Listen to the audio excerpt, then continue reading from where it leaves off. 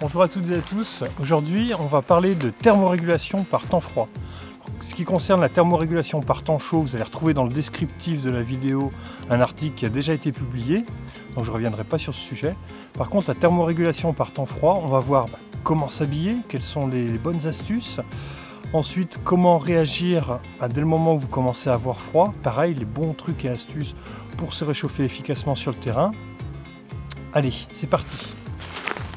Alors au niveau de la physiologie du corps, quand il commence à faire froid et que le corps commence à se refroidir, puisqu'il y a des notions d'inertie, le corps il va produire une certaine chaleur, mais dès le moment où il va faire froid autour, le corps va perdre de la chaleur, il va se refroidir petit à petit. Donc là, la notion d'inertie est très importante. Alors simplement, le corps, lui, va privilégier trois organes dits nobles. Ça va être le cerveau, globalement la tête, le cœur et les poumons. Donc il va y avoir une vasoconstriction des tissus, c'est-à-dire un resserrement des tissus sanguins pour chasser le sang chaud au niveau de ces trois organes nobles, cœur, tête, poumon. Et ce volume sanguin du coup va se diminuer pour aller jusqu'en haut du corps. Du coup il y aura moins de volume sanguin et on aura tendance à beaucoup plus uriner puisqu'il va falloir enlever du trop plein de volume sanguin. C'est pour ça qu'on va commencer à avoir froid aux pieds et aux mains simplement parce qu'il y aura moins de tissu irrigué dans les pieds et dans les mains pour pouvoir privilégier les parties vraiment vitales du corps.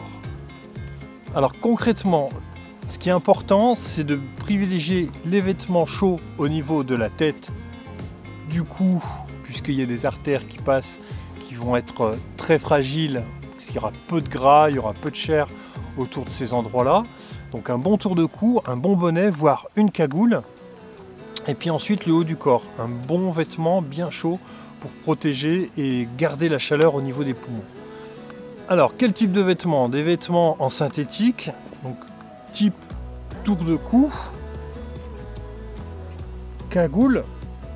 Les vêtements en synthétique, ils ont l'avantage d'être chauds, d'être légers, de se comprimer facilement, de sécher relativement vite. Par contre, les vêtements en laine sont aussi très bien, encore un peu plus chauds que les vêtements en synthétique. Là, celui-là est doublé en synthétique. L'avantage, c'est que même mouillés, ils vont quand même nous procurer suffisamment de chaleur. Quelques petites astuces. Alors, évitez surtout de vous retrouver humide, de vous retrouver trempé. Donc, avoir un bon vêtement de pluie.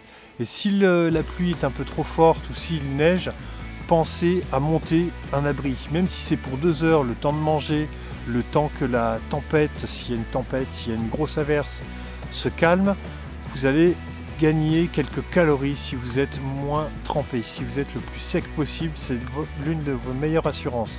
Un bon isolant bien sec, c'est ce qui va vraiment vous protéger du froid.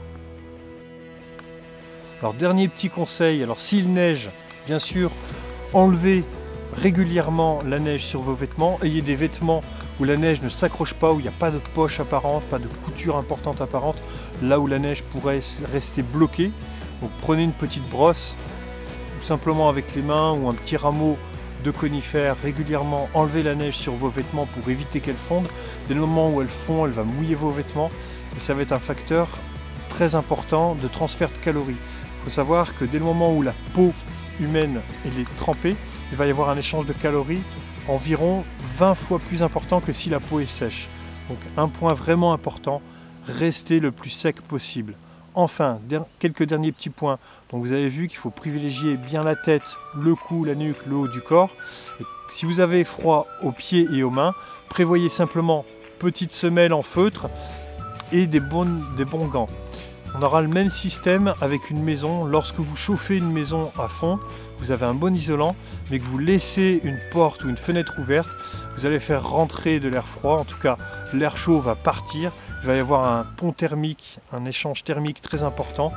Donc des gants, des moufles, une bonne semelle en feutre pour éviter le froid du sol, une bonne paire de chaussures, là vous serez vraiment pas mal. Après, pour tous ceux qui font pas mal de balades, même en mi-saison, ce que je vous conseille, c'est d'avoir un collant synthétique, un sous-pull au cas où vous devez passer la nuit dehors pendant l'automne, le printemps, qu'il fasse assez froid, ça prend peu de place dans le sac. C'est pareil, un bon bonnet, un bon tour de cou, ça va vraiment faire toute la différence.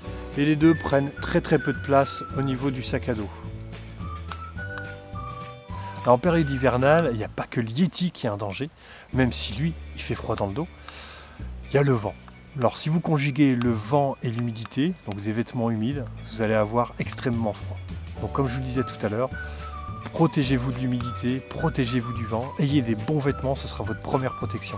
Quand on se balade à la journée, on n'aura pas toujours une tente, un duvet pour passer la nuit dehors et avoir bien chaud. Donc vraiment vos vêtements, c'est ce qui va vraiment vous protéger du froid. Ensuite, il y a un autre phénomène qui est très important, c'est votre habitude au froid. Si vous avez l'habitude chez vous de chauffer à 23, 24, 25 degrés et que dehors il fait 0, vous allez vraiment avoir un gros contraste thermique. Donc chauffez un peu moins les maisons, ce sera un peu mieux pour la planète. Vous allez vous habituer au froid, c'est une question d'habitude vraiment. La première semaine, quand il commence à faire un peu froid dehors, n'enfilez pas de suite des pulls, ne mettez pas le chauffage à fond.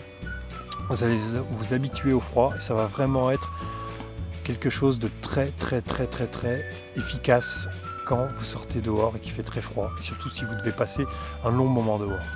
Autre point que je ne vous ai pas encore cité, prenez un thermos avec de l'eau bien chaude, vous réchauffez directement de l'intérieur, ce sera extrêmement efficace. Si pareil, vous pouvez faire un petit feu, avoir une gamelle qui passe sur le feu, faire chauffer de l'eau, faire un petit bouillon cube, des choses comme ça, pour vous réchauffer une tisane, vous réchauffer de l'intérieur, c'est l'un des moyens les plus efficaces pour vous réchauffer. Dans la prochaine vidéo, je vous montre comment on fait des abris, et notamment un abri d'urgence en cas de pépin. Voilà, vous savez à peu près tout sur la thermorégulation au niveau du corps humain en nature. Alors n'oubliez pas, il y a un article aussi sur la thermorégulation par temps chaud. Là, je vais le compléter cette vidéo par un article sur la thermorégulation par temps froid. Vous retrouvez tout ça dans le descriptif. N'hésitez pas à mettre un petit pouce bleu, vous abonner et surtout, très bonne balade à tous.